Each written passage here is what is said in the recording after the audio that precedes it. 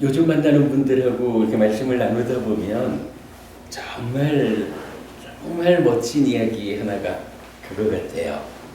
가르침의 진정은 삶을 바꾸는 위력이 있다라는 거. 정말로 우리가 경전을 통해서 부처님 가르침을 바르게 만나자라는 노력을 하고 있는데, 이것이 그냥 대학 가려고 공부하는 것도 아니고요. 어쨌든 한 가지 이유는 분명한 거죠. 이 가르침을 통해서 내 삶이 향상할 것이다. 가르침은 분명히 삶을 바꾸는 위력이 있습니다.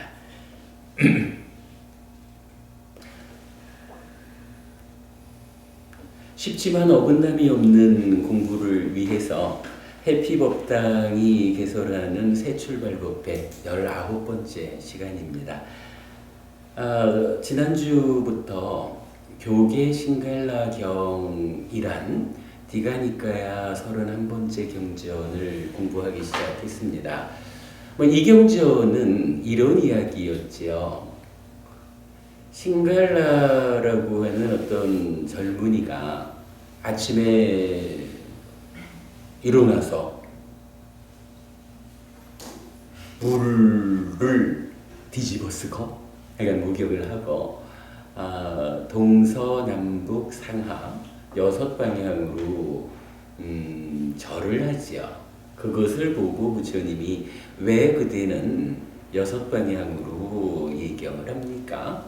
라고 물어보시니까 이 젊은이가 말하기를 돌아가신 우리 아버지가 그렇게 하라고 가르쳐 주셨습니다. 사실 왜 해야 되는지는 모르지만 우리 아버지가 그렇게 하라고 말씀하셨기 때문에 그렇게 하고 있습니다. 이러니까 이제 부처님께서 그러나 성스러운 줄에서는, 즉 삶을 향상으로 이끄는 바른 공부에서는 6가지 방향으로 그렇게 예경하는 것이 아닙니다. 라고 말하죠. 그러니까 이제 이 젊은이가 다시, 그러면 성스러운 율에서는 어떻게 6방으로 6방향으로 예경해야 합니까? 라고 하니까 이제 부처님이 인도식으로는 동, 남, 서, 북, 상하 이렇게 되죠. 그 6방향을 각각의 방향마다 내 삶의 주요한 비중을 가지는 그 관계죠. 그 주요한 관계의 한쪽 편을 설정해서 참으로 방향으로 예경한다는 것은 이러하게 각각의 방향에 해당하는 그 관계, 부모 자식의 관계라든가 부부 간의 관계라든가 친구 간의 관계라든가 출가자 제가자 간의 관계라든가 이런 6가지의 관계를 설정하고 그 관계에 어떻게 대응하는 것이 괴로움을 만들지 않고 행복을 만드는 방법일까? 그렇게 6방으로 절하는 것이 올바른 방법이다. 이렇게 알려주는 내용이죠. 교계 신갈라경. 근데 이제 이 경에서는 부처님이 그러한 6방향으로 관계를 성숙하는 가르침을 직접 설하기에 앞서서 우리가 지난주 공부한 거지만 몇 가지 예비 과정에 법문을 하시지요.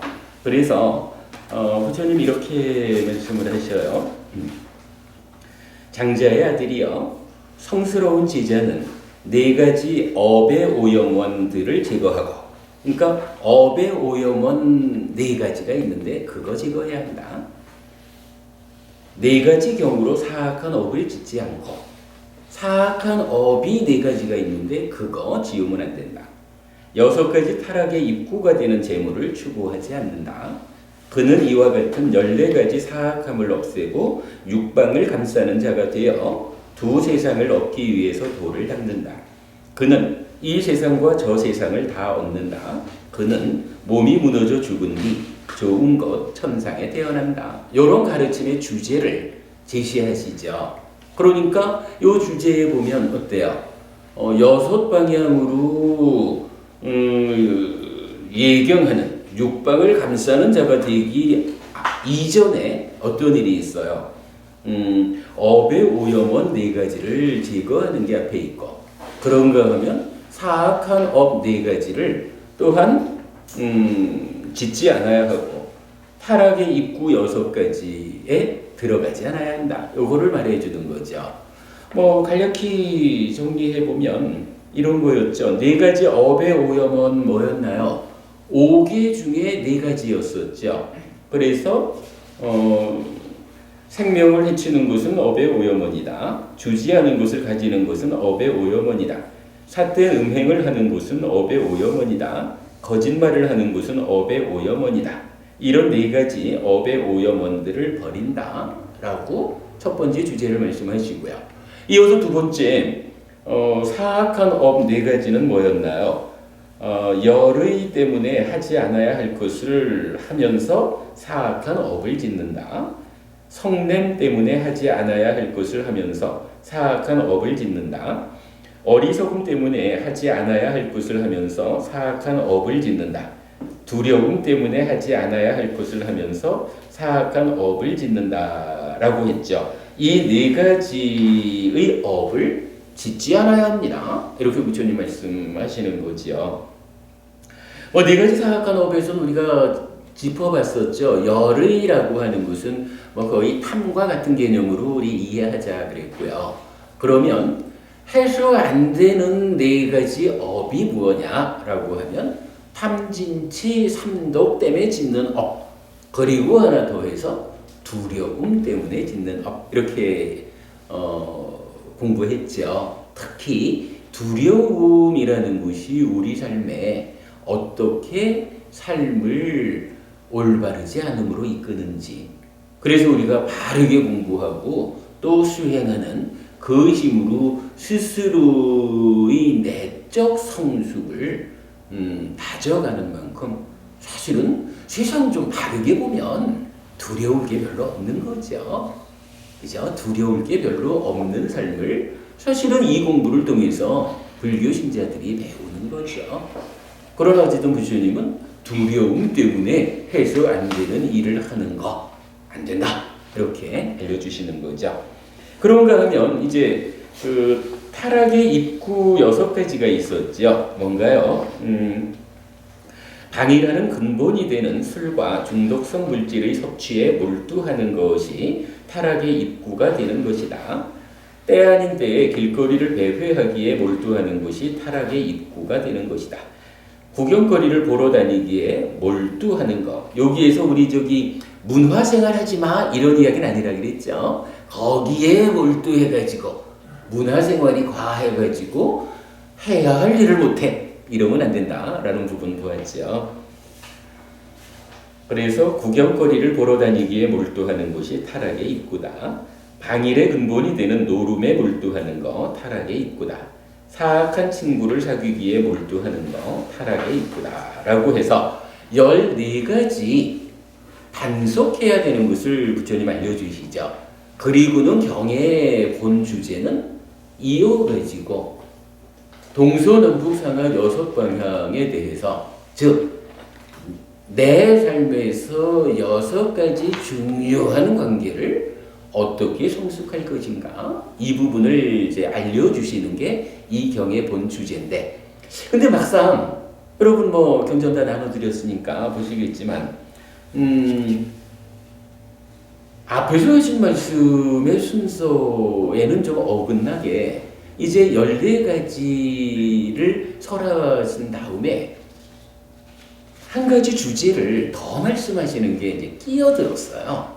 자, 오늘은 어찌 보면 부처님께서 왜 이렇게 4가지, 6가지, 14가지를 말하고 나서 육방을 감싸는 자가 되자라고 본 주제를 설하는 중간에 한 가지 주제를 끼워 넣으셨을까? 그 주제를 공부하는 시간으로 해보겠습니다. 아무래도 이런 본 주제 2가지 사이에 부처님이 하나의 주제를 삽입했다라고 하면 이유는 한 가지일 거예요. 필요하니까, 중요하니까 삽입하셨을 거거든요. 자, 부처님께서 중요성을 가지고 삽입해 주신 그 주제를 보겠습니다. 이게 5페이지입니다. 5페이지 제일 아래쪽이요. 자, 이제 중간에 삽입된 하나의 주제가 뭐냐 하면 친구 이야기예요. 오늘 여러분 제가 친구를 주제로 설해진 경전들 해서 보충 자료를 좀 드렸는데 이따 시간이 좀 남으면 친구를 주제로 설해진 경전들도 같이 한번 보도록 하겠습니다. 자, 부처님은 경전에서 우리가 혼자 살아가는 사람이 아니다라는 부분 때문에 친구라는 이야기를 굉장히 강조하셔요. 내가 좋은 친구와 함께하면 어떤 일이 있느냐? 그와 더불어 삶이 향상합니다. 내가 나쁜 친구와 함께하면 어떤 일이 있느냐? 그와 더불어 삶이 퇴보합니다. 아주 단순한 이야기인 것 같지만 사실은 우리 삶에서 차지하는 비중이 참으로 크다라는 거죠. 그간 공부 과정에서 우리가 또 아주 강조했던 이야기 하나가 동사라는 게 있었죠. 그러니까 사서법 중에 동사. 이 동사 우리가 어떻게 해석했나요?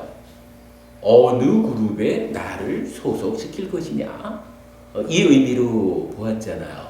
사실 친구라고 하는 것이 그런 거예요.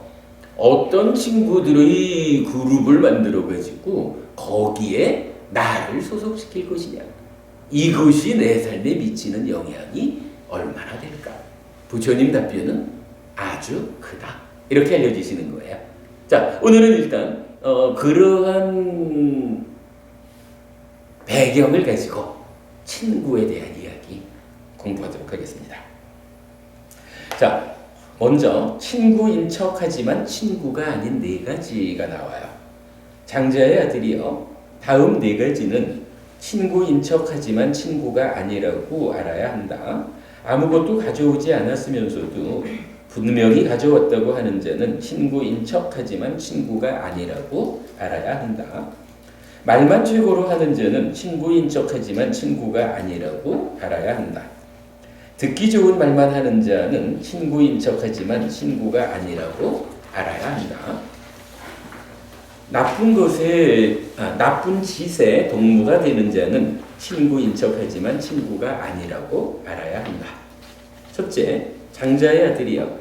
다음 네 가지 경우를 통해서 아무것도 가져오지 않았으면서도 분명히 가져왔다고 하는 자는 친구인 척하지만 친구가 아니라고 알아야 한다. 적게 주고 많은 것을 원하고 두려움 때문에 의무를 행하고 자신의 이익만 챙긴다. 장자의 아들이여. 이런 네 가지 경우를 통해서 아무것도 가져오지 않았으면서도 분명히 가져왔다고 하는 자는 친구인 척하지만 친구가 아니라고 알아야 한다.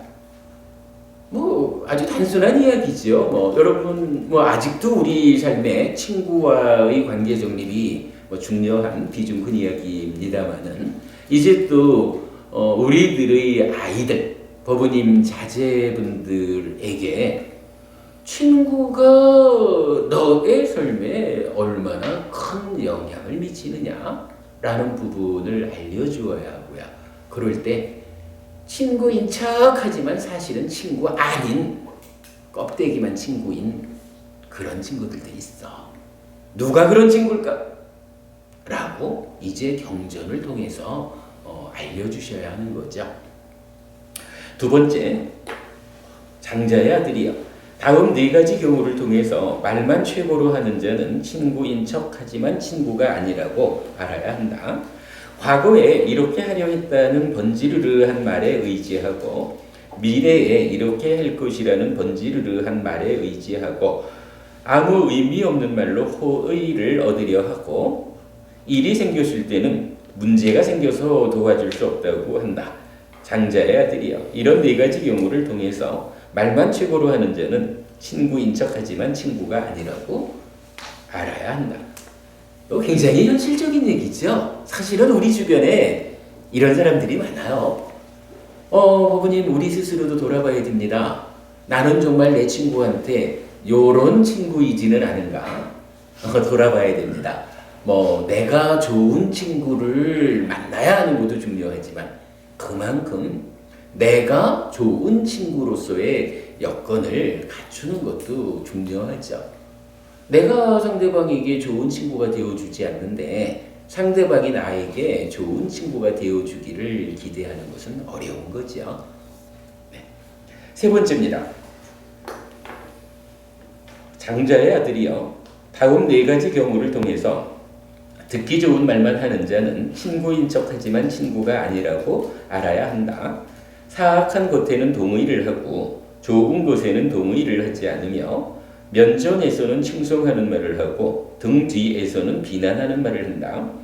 장자의 아들이여 이런 네 가지 경우를 통해서 듣기 좋은 말만 하는 자는 친구인 척하는 적이라고 알아야 한다. 전체적으로 내용이 어때요?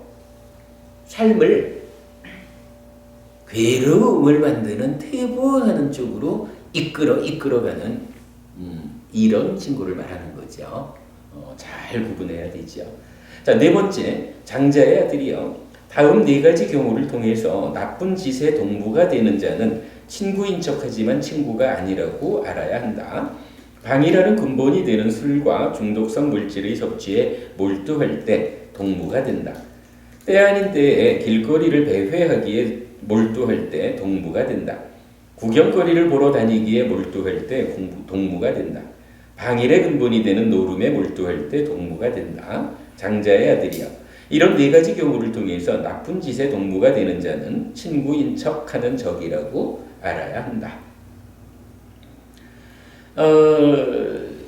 뭐 따지면 앞에서 보았던 타락의 입구 6가지 중에 4가지를 제시하고 있죠. 결국은 바로 앞의 경우와 같이 함께하면 삶을 퇴보로 이끄는 그런 성향을 가진 친구, 올바른 친구가 아니다. 이렇게 이제 말해주고 있는데요.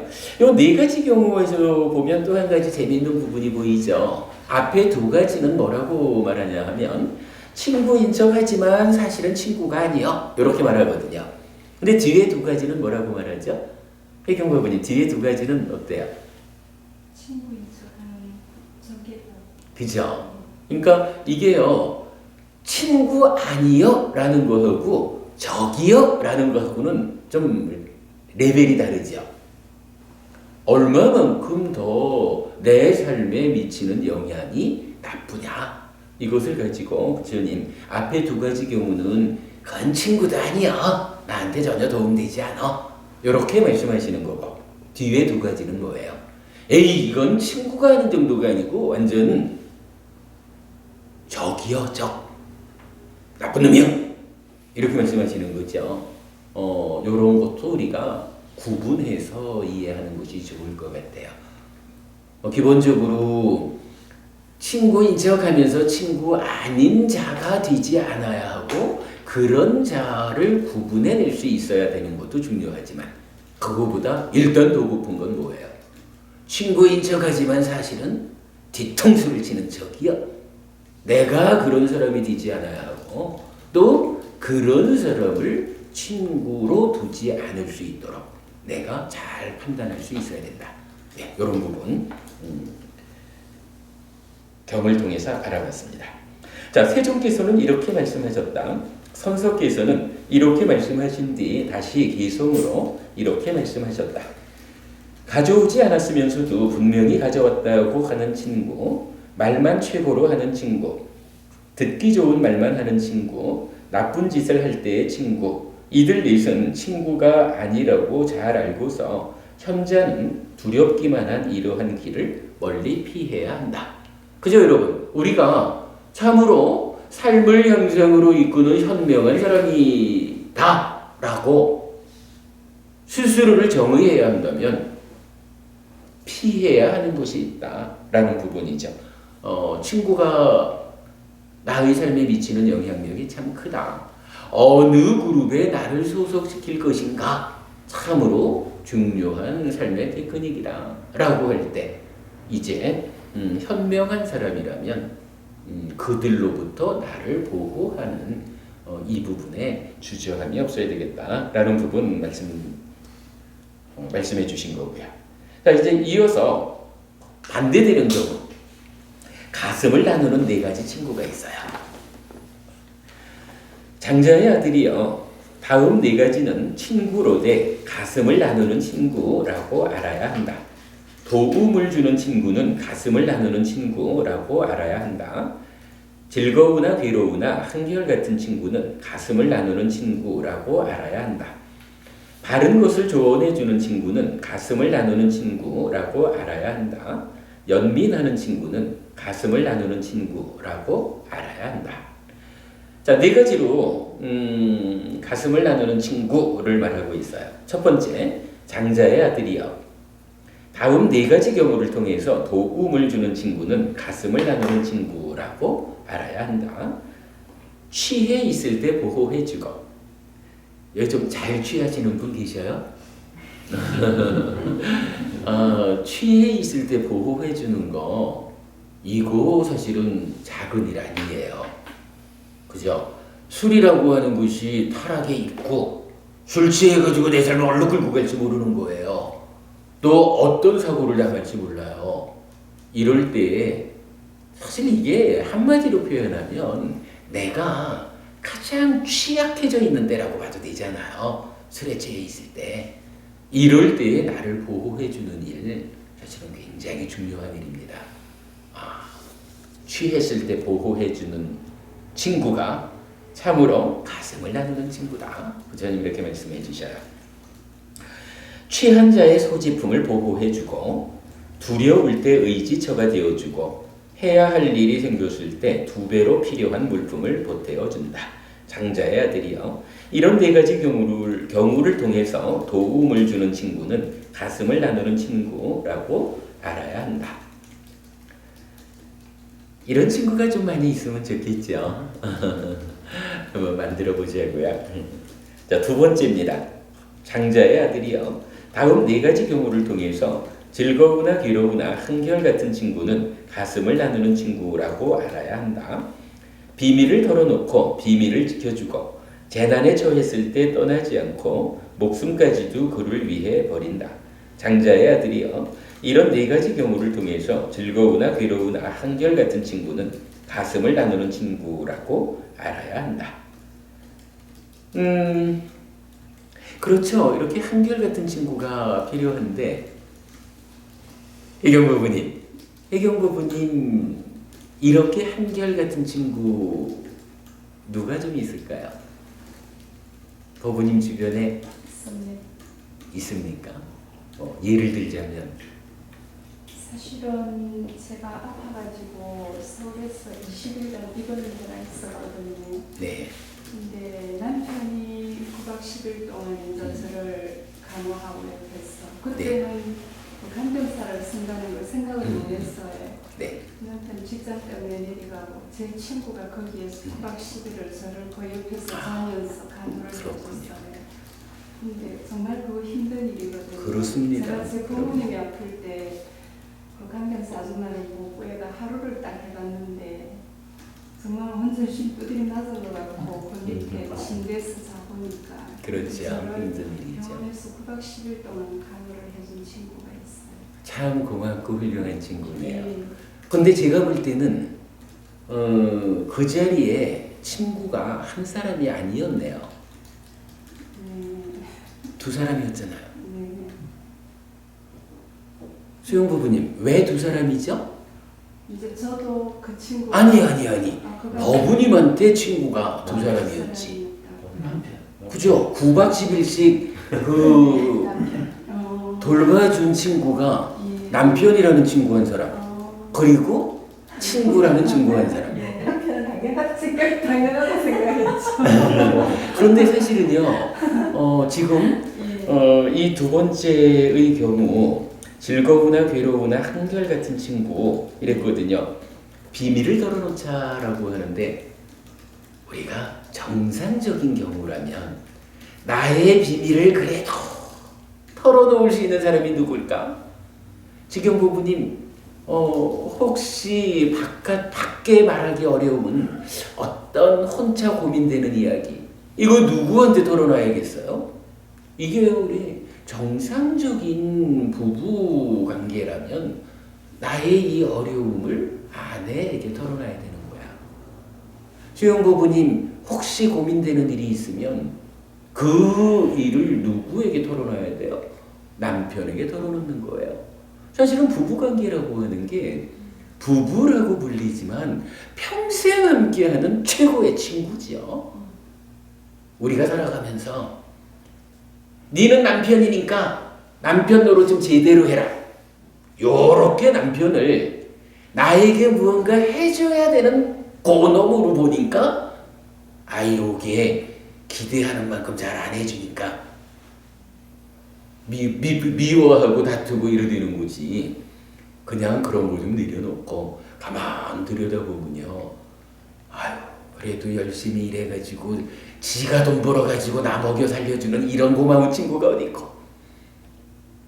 남편 입장에서도 똑같죠. 아내가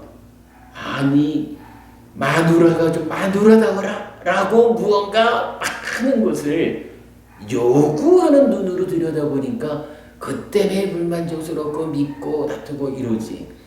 사실은 때때로 밥 챙겨주면서 밥만 주나? 애들도 주잖아. 자세히 들여다보면요, 아내만한 친구가 어디 있어요? 부부관계가, 그죠? 그래도 혜경부부님은 참 정말 행복합니다. 그런 직장을 다니는 가운데도 9박 10일을 와서 참 친구 역할을 해준 남편도 있고, 이제 그런 부부관계도 아닌데도 불구하고 9박 10일 동안 나를 돌봐준 그런 친구도 있고, 참 행복합니다. 훌륭한 일이죠. 어쨌든 우리가 이제 이 두 번째 내용에서 보면 이렇게 비밀을 털어놓고 비밀을 지켜주고 재난에 처했을 때 떠나지 않고 목숨까지도 그를 위해 버린다. 요거 말 그대로 보면 부부간에 딱 적용되는 거죠. 근데 이제 사실은 이렇게 부부간에 잘 털어놓고 하다가 이게 이제 좀 잘못돼서 이혼을 하게 되면 이제 좀 곤란함이 생기는데, 그러나 사실은 그런 거예요. 바르게 공부하는 부부가 이혼할 일이 없죠. 우리가 공부를 바르게 해서 참으로 이러한 좋은 친구로서 부부가 함께 살아가면 이런 경우에 이혼할 일이 없죠. 그야말로 죽을 때까지 이런 친구가 되는 거죠. 불교 신자의 삶이 이런 부부의 삶으로 나타내지는 거 참 중요하다고 봅니다. 경전이 늘 어떻게 하면 부부로서 행복할까라는 데 대한 가르침을 주시니까 차차 배워나가기로 하자고요. 세 번째, 장자의 아들이요, 다음 네 가지 경우를 통해서 바른 것을 조언해주는 친구는 가슴을 나누는 친구라고 알아야 한다. 사악함으로부터 멀리하게 하고, 3. 착함에 들어가게 하고, 배우지 못한 것을 배우게 하고, 천상의 길을 가르쳐준다. 장자의 아들이야. 이런 네 가지 경우를 통해서 바른 것을 조언해주는 친구는 가슴을 나누는 친구라고 알아야 한다. 수영부부님은 혹시 이런 친구 있으세요? 어떤 친구예요? 지금 세 번째 친구. 그러니까 사악함으로부터 멀리하게 하고, 3. 착함에 들어가게 하고, 배우지 못한 것을 배우게 하고, 천상의 길을 가르쳐주고. 혹시 이런 친구 있으셔요?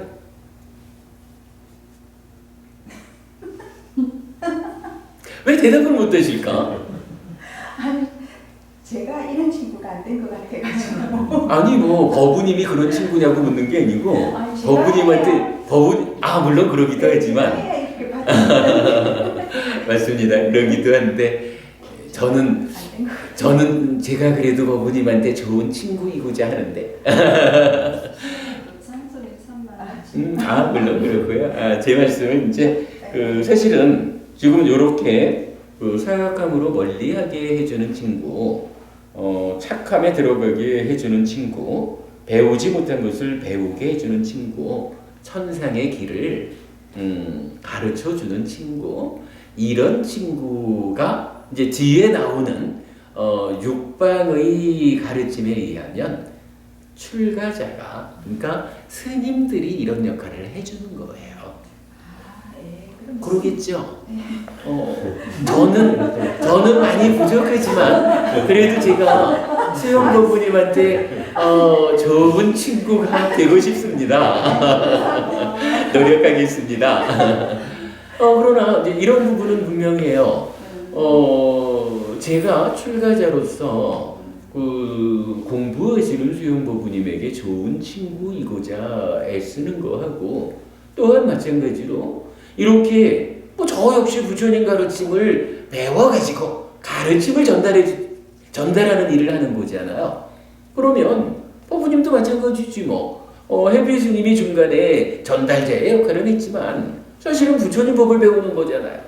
부처님 법을 통해 가지고 바로 이러한 이야기, 결정적으로 하늘로 이끄는 이러한 길을 배우는 그대로 이제 법부님 주변 사람들에게 전해주시면 그게 바로 법부님이 이런 친구가 되는 거죠.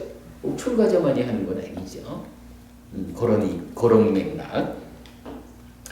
자, 네 번째입니다. 장자의 아들이여, 네 가지 경우를 통해서 연민하는 친구는 가슴을 나누는 친구라고 알아야 한다. 친구의 불행에 대해서 기뻐하지 않고 친구의 행운에 대해서 기뻐하며 친구에 대해서 비난하는 자를 멀리하고 친구에 대해서 칭송하는 자를 칭찬한다. 장자의 아들이여, 이런 네 가지 경우를 통해서 연민하는 친구는 가슴을 나누는 친구라고 알아야 한다. 건웅부부님, 이런 경우는 어떤 친구일까요? 제 주위에 있는 그래, 그러기도 하지만 사실은 그래도 또 아니 우리가 앞에 그 두 번째 경우를 부부를 중심으로 한번 이해를 해봤다면, 네. 세 번째 부부를 출가자의 역할로 우리가 이해를 해봤다면, 네. 이 네 번째 경우는 어떤 경우로 우리가 볼 수 있을까요? 건웅부부님이 네. 누가 불행하면 법부님이 참 기쁠 수가 없을까? 누가 행운을 맞이하면, 행운이 다가오면 법부님이 정말로 기쁠까? 누군가가 이 사람을 비난하면 에휴 저놈 싫어! 하고 멀리할까? 자식이었다. 예.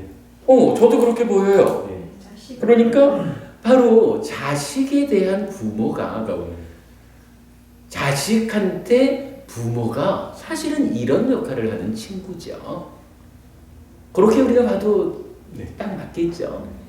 물론 그렇다고 이런 일을 하는 거는 꼭 부부 간에만 그렇고 출가 제가자 간에만 그렇고 부모 자식 간에만 그렇고 이렇게 말하는 건 아니죠. 그러나 제일 대표적으로 예를 들자면 참으로 부모가 자식을 대하는 그 마음이 이러한 친구의 마음이고, 출가자가 제가자를 대하는 마음이 이러한 출가자의 마음이고, 부부가 서로를 대하는 마음이 이러하다라고 우리가 이해할 수 있는 거죠. 그리고 가능하면 내가 일반적인 많은 사람들하고 친구를 맺을 때 내가 모든 사람들에게 남편처럼 대할 수 있고 아내처럼 대할 수 있고, 많은 사람들에게 내가 출가자와 같은 부처님 말씀을 전하는 그런 사람으로 대할 수 있고, 많은 사람들에게 마치 자식을 돌보는 것과 같은 그런 마음으로 대할 수 있다면, 수영부부님 좀 전에 내가 그렇게 못해서 이렇게 말씀을 하셨는데 사실은 그런 거예요. 내가 그렇게 못하는 게 현재 우리의 현실이지요. 사실 부부간에도 잘 그렇게 못하고 출가 제가자 간에도 잘 그렇게 못하고 부모 자식 간에도 잘 그렇게 못하고 하는 게 요즘 사회에 좀 물질 만능적인 이 사회의 현상이기는 하지만, 그러나 우리가 공부하는 이유가 뭔가요?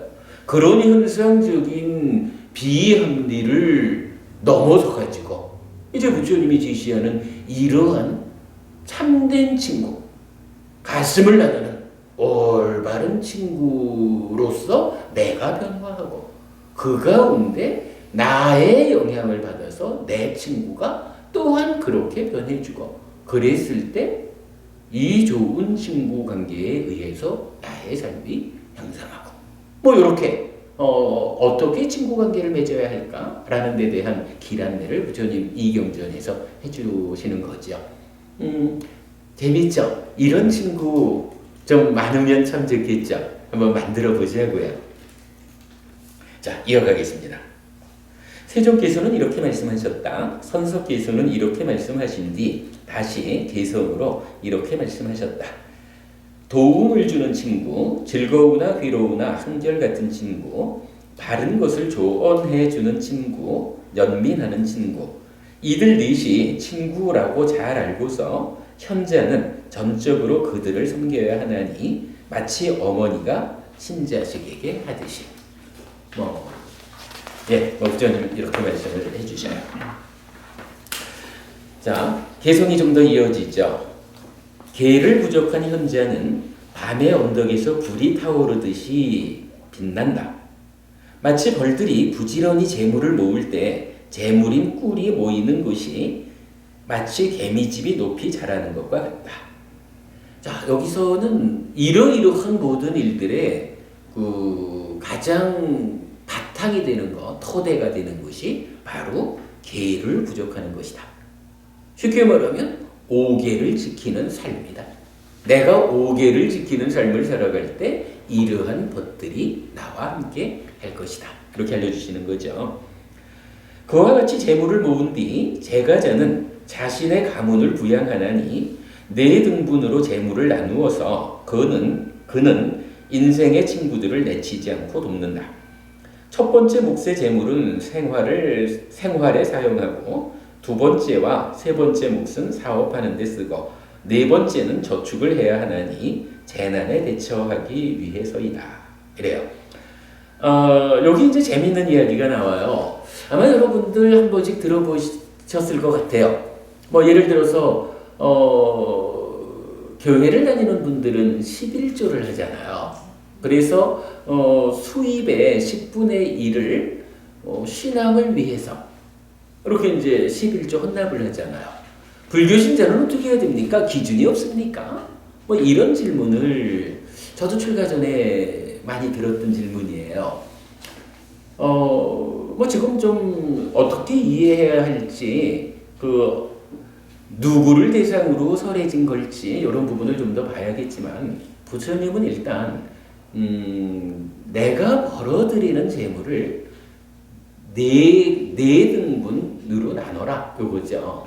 그리고는 그 중에 절반은 삶을 이 수입을 유지하기 위한 이러한 용도로 써라. 이게 사실은 이제 좀 우리가 이해하기 쉽지 않은 게 자기 사업을 하는 분 같으면 벌어들인 돈의 절반은 이 사업을 잘 유지하기 위해서 쓰고 그 나머지 중에 절반, 즉 4분의 1은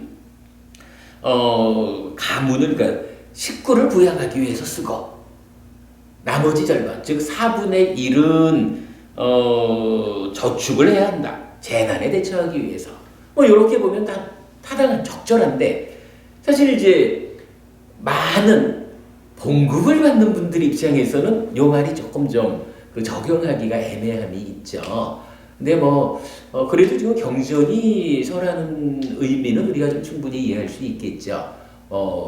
내가 봉급 받는데 봉급 받은 거의 절반을 건우모부님 봉급 받은 거의 절반을 잘 근무하기 위해서 쓸 수는 없는 거죠. 그러나 이제 이거 의미하는 바를 보면 사실은 내가 근무하는 데서 제가 옛날 출가 전에 회사 다닐 때 보면 돈과 다른 급여가 있다. 직무의 만족도 이런 이야기도 좀 하고 그랬었는데 하여간 조금 이제 우리가 잘 잘 그냥 적용을 해서 본다면 이제 우리가 봐야 될 부분은 이런 거죠. 뭐 사업을 유지하기 위해서든 뭐 또는 급여를 받는 상태로 이렇게 이제 공제를 하면 이제 나머지 절반이라 그러지만 실질적으로는 나의 수입, 소득이 되는 걸 놓고 그 절반 정도는 이제 생계를 유지하기 위해서 우리 가족을 부양하기 위해서 쓰고 절반 정도는 저축을 해라 하는 거예요. 그래서 재난에 대처하기 위해서 이렇게 알려주거든요. 사실은 잔인단위경이라는 경전에서 보면 부처님도 아주 직접적인 표현도 해주셔요. 제가자들은 균형 잡힌 생계를 유지해야 한다라고 해서 나의 생계가 마치 저울추에 저울추의 양쪽에 물건을 얹을 때 이게 잘 균형 잡혀야 유지되듯이 내가 벌기는 요만큼 버는데 이만큼 지출을 한다. 요거 안 되잖아. 그러나 벌기는 이만큼을 버는데 지출은 요만큼만 한다. 뭐 표현하자면 부자면서도 그저 돈 모으는 재미밖에 다른 재미가 없어. 이래가지고 굴비 하나 매달아 놓고 자린고비 요런 점도 부처님 입장에서는 적절하다고 보지 않는 거예요. 왜냐하면 내가 정당한 방법에 최선의 노력을 얹어서 부자가 되었다, 돈을 벌었다 라고 하면 그 재물을 소유하는 행복에 이어가지고 재물을 누리는 행복이 뒤따라야 되잖아요. 그래서 나보다 어려운 사람이 있으면 그를 위해서 베풀 줄도 알고 뭐 이렇게 그러니까 쓰는 일도 버는 일만큼 중요한 거죠. 그래서 균형 잡힌 생계를 말해주거든요. 지금 여기에서 보면 이런 말씀이 가능한 거예요. 뭐 현재 사회적인 그 입장으로 보면 봉급을 받았다. 그러면 어찌 보면 꿈 같은 얘기인지 몰라도 뭐 생각하기에 따라서 애들 교육비 나가는 거 그냥 저축이라고 보고 뭐 이래 보면 거의 우리가 잘 생계의 균형을 한 절반 정도는 우리 가족의 삶을 유지하기 위해서 그래도 최소한의 문화 생활 정도는 하면서 살 수 있는 뭐 이렇게 쓰고 나머지 절반 정도는 그래 뭐 애들의 교육을 위해서 지출을 하든 아니면 노후 대비를 위해서 저축을 하든 뭐 요런 정도로 구분해서 지출을 할 수 있다면 균형 잡힌 생계를 바르게 한다. 이렇게 말해도 좋을 것 같아요. 11조하고는 좀 다르게 부처님은 이렇게 그 지출에 대한 기준을 주거든요. 근데 이제 여기에서 우리가 한 가지 주목해야 될 것은 그러면 절반은 저축을 해야 한다. 애들을 키우든 어쨌든 이렇게 말한다면 보시는 언제 합니까? 절반은 먹고 사는 데 쓰고 절반은 저축하라 그러면 보시는 어떡하라고요? 이렇게 질문할 수가 있겠죠. 근데 요거 우리가 생각을 조금 바꿔보지요. 뭐 지금 은행 통장에 한 달에 50만 원씩을 그래도 한 달에 50만 원 흑자 낼 수 있으면 괜찮죠. 한 달에 한 50만 원씩을 계속 저금을 해나간다.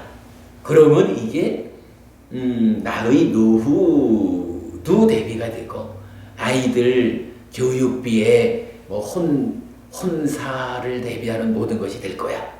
뭐 이런 것도 저축이지만 조금 생각을 바꿔보면요. 통장에 50만 원씩 저금을 해가지고 이러한 삶의 뒷부분을 대비하는 저축도 있지만 예를 들어서 그 중에 한 10만 원씩은 떼어가지고 무언가 나보다 어려운 사람을 위해서 그리고 우리가 지난번에 봤지만 보물 같은 불자가 되어야 한다라고 해서 교단에 부처님 가르침이 잘 유지 전승되기 위해서 내가 교단에 보시해야 되겠다. 뭐 이렇게 보시하는 것. 요것은 뭔가요? 지경법부님, 우리가 요거 생각을 좀 바꿔보면 이렇게 보시하는 일, 요거 조그만일까요? 그죠? 이 몸으로 살아있는 동안을 대비하기 위해서 은행 통장에 저금하는 것도 저금이지만 사실은 우리가 살아서도 행복하고 죽은 다음에 더 좋은 삶이 이어지게 하려는 그런 노력으로의 불교 신자의 삶의 입장에서 보면 다음 생을 위한 저축도 저축이죠. 우리가 이렇게 어려운 사람을 위해서 베푸는 일, 이거 분명히 저축이거든요. 우리가 불교님 가르침이 잘 유지 전승되기를 바라는 마음으로 교단에 보시를 했다. 이것도 저축이잖아요. 그죠? 어찌 보면 이게 이 몸으로 살아서의 뒷부분을 대비하기 위한 저축보다 더 큰 의미를 가질지도 모르잖아요. 그렇다고 더 큰 저축을 하자 이래가지고 50만 원 몽땅 절에 갖다 바치자, 요거는 또 표현하자면 균형 잡힌 생계라는 측면하고 안 맞을 거예요. 왜냐하면 어차피 우리가 이 몸으로 살아가는 동안에 제가자로서의 삶을 유지하는 동안에는 이 몸으로 살아가는 동안에 금전적인 부족 때문에 괴로움을 겪지 않도록 스스로를 방어하는, 보호하는 것은 중요한 일이잖아요. 제가 볼 때는 그래요. 예를 들어서 50만 원을 저금할 수 있는데 그 중에 40만 원은 절에 갖다 주고 10만 원만 노후 대비하자. 요거 그렇게 잘하는 일 같지 않아 보여요. 그러나 역으로 50만 원을 저금할 수 있는데 40만 원은 이 몸으로의 삶의 미래를 위해서 은행에 저금을 하고 10만 원은 다음 생의 이어지는 삶을 위해서 정말로 나보다 어려운 사람들을 위해서 베풀고 가르침의 유지 전승을 위해서 교단에 보시하는 이런 일을 해나갈 수 있다면 충분히 균형 잡힌 생계 가운데에 살아서의 미래와 죽은 다음의 미래를 함께 대비하는 현명함이 아닐까 이렇게 보여요. 다만 그래도 하나 우리가 되짚어가야 되는 것은 이런 부분에 우리가 눈뜨지 못해가지고 보시 몰라, 당장 먹고 살기 힘들고 당장 내가 노후 대비하기도 힘든데 무슨 보시? 요거는 사실은 불교 신자라면 조심해야 돼요. 우리의 삶이 이 몸의 삶만으로 끝나지 않는다는 거 우리 알지 않아요? 다음 생을 위해서 저축하는 거, 요 부분까지도 바르게 보는 것이 올바른 현명한 불교 신자다라는 거, 거기까지를 제가 말씀드리고 싶어요. 이렇게 놓고 보면 어떻게 지출해야 되나 하는 데 대한 불교적 기준이 좀 쓰지요. 11조하고 거의 말하다 보니까 좀 비슷해졌네요. 오히려 11조보다 좀 큰가? 그런데 하여간 어쨌든 형편 닿는 만큼 이게 그냥 버려지는 거 손해보는 장사가 아니란 말이죠. 이게 그대로 훨씬 더 큰 미래를 위한 저축이다 라는 바로 보는 눈만 생기면 아주 중요한 일이 되는 거죠. 자, 일단 친구에 대한 이야기를 여기까지 했습니다. 시간이 좀 적절히 되었는데 오늘 드린 교재 여러분 읽어보시면 되고요. 그 중에 몇 가지 경전이 있지만 한 가지 경전만 좀 제가 소개해드리도록 하겠습니다. 자, 친구를 주제로 설해진 경전들을 첫 장 중에 제일 아래, 제일 밑에 보면 절반경이라고 있어요. 절반경입니다. 이와 같이 나는 들었다. 한때 세종께서는 삿가에서 나가라가라는 삿가들의 성읍에 머무셨다. 그때 아난다 존자가 세존께 다가갔다. 가서는 세존께 절을 올리고 한곁에 앉았다. 한곁에 앉은 아난다 존자는 세존께 이렇게 말씀드렸다. 세존이시여, 좋은 친구와 사귀는 것, 좋은 동료와 사귀는 것, 좋은 법과 사귀는 것은 범행의 절반에 해당합니다. 그렇게 말하지 말라 안 한다요. 그렇게 말하지 말라 안 한다요. 좋은 친구와 사귀는 것, 좋은 동료와 사귀는 것, 좋은 법과 사귀는 것은 범행의 전부이다. 이 표현이 중요한 거예요. 절반입니다. 그냥 아니요. 범행의 전부요. 이렇게 말하시죠. 안 한다요. 비구가 좋은 친구와 사귀고 좋은 동료와 사귀고 좋은 법과 사귀면 그는 8가지 구성 요소를 가진 성스러운 도, 8정도를 닦을 것이고 8가지 구성 요소를 가진 성스러운 도를 많이 행할 것이라는 것을 기대할 수 있다. 안 한다요. 자, 여기까지는 하여간 좋은 친구를 사귀면 왜 좋은가? 라고 하니 8정도를 함께 닦기 때문이요. 근데 8정도가 뭐죠, 여러분? 바른 산매를 가는 건데 바른 산매를 가는 필수품 2가지가 뭐예요? 한 가지는 업을 제어하는 거고 하나는 산매에 드는 거잖아요.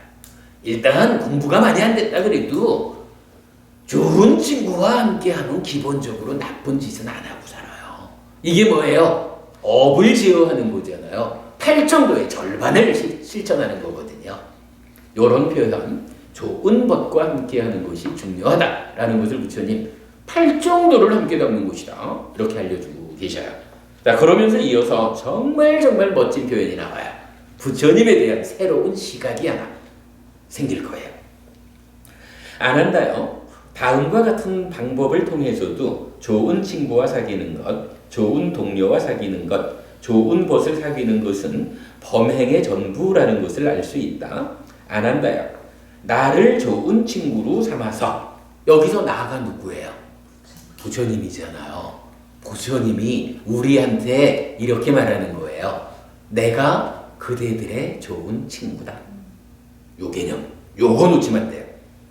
자, 안 한다요. 나를 좋은 친구로 삼아서 태어나기 마련인 중생들은 태어남으로부터 벗어나고 늙기 마련인 중생들이 늙음으로부터 벗어나고 병들기 마련인 중생들이 병으로부터 벗어나고 죽기 마련인 중생들이 죽음으로부터 벗어나고 슬픔, 비탄, 고통, 고뇌, 절망에 빠지기 마련인 중생들이 슬픔, 비탄, 고통, 고뇌, 절망으로부터 벗어난다. 안 한다요. 이와 같은 방법을 통해서도 좋은 친구와 사귀는 것, 좋은 동료와 사귀는 것, 좋은 벗을 사귀는 것은 범행의 전부라는 것을 알 수 있다. 오늘부터 우리 부처님의 친구가 되기로 했죠. 부처님, 내 친구입니다. 어떤 친구인가요? 바로 생로병사라고 하는 이러한 윤회하는 중생의 삶으로부터 벗어나서 해탈 열반을 실현하는 이러한 길을 함께 가는 최고의 친구가 바로 부처님이다.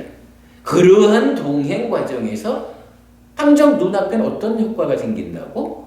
수비고우 내적 슬픔, 비탄, 고통, 고뇌, 절망이라고 하는 이러한 괴로움에서 벗어나게 된다. 그러한 길동무가 바로 부처님이다. 나는 부처님하고 친구다. 네, 오늘 수업 여기까지 하겠습니다. 감사합니다. 수고하셨습니다.